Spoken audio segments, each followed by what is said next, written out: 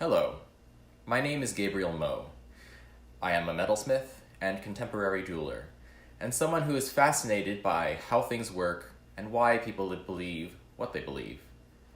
My creative practice is rooted in this last thought, and it begins with the tension between appearance and reality and the significance of a moment of discovery.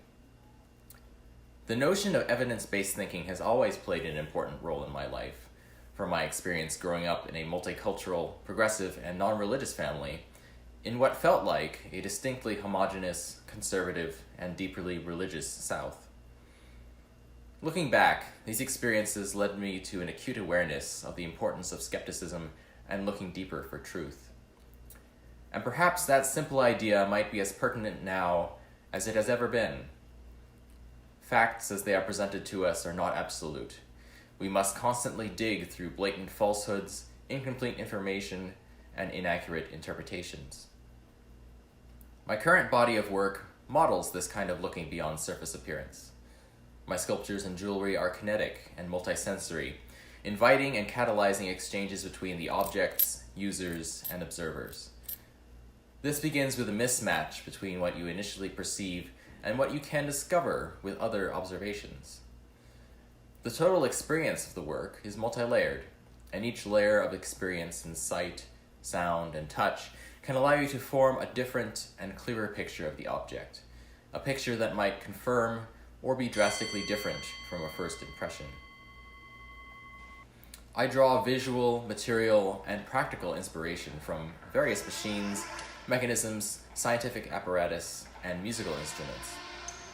This is not only an homage and manifestation of my own interest in these objects, but also suggests a sense of function and purpose that belies the undefined or even purposeless nature of my own constructions. In a way, they represent a question of how detached from a why. Fully understanding the work depends on exploring and playing with it, and I do mean exactly that. These are effectively toys that are, at least mostly, aimed at adults. I hope that they share some part of the joy that I had in puzzling out and making them, and perhaps draw out a childlike freedom of curiosity and experimentation, whether in a gallery space or in day-to-day life. The tangible aspects of my own making process usually start with the idea for a mechanism or a visualization of a particular interaction between a person and an object. Sketching is key to developing my pieces. Here I can test and retest ideas and consider possibilities of form, potential actions, and interfaces. Typically, I will only start work in 3 dimensions once I have defined the finished form in drawings.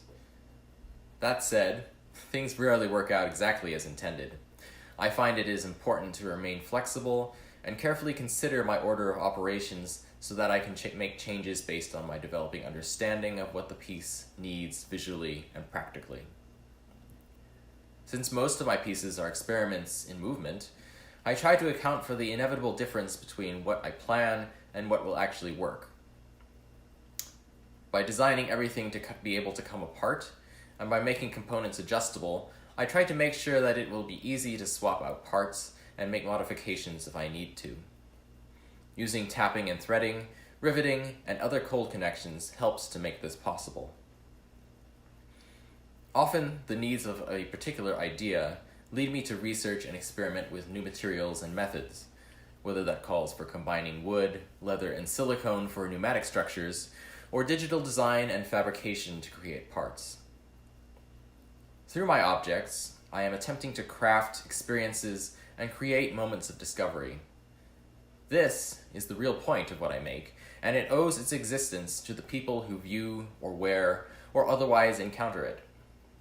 In that sense, my work is always unfinished, waiting for that moment of meeting between person and object.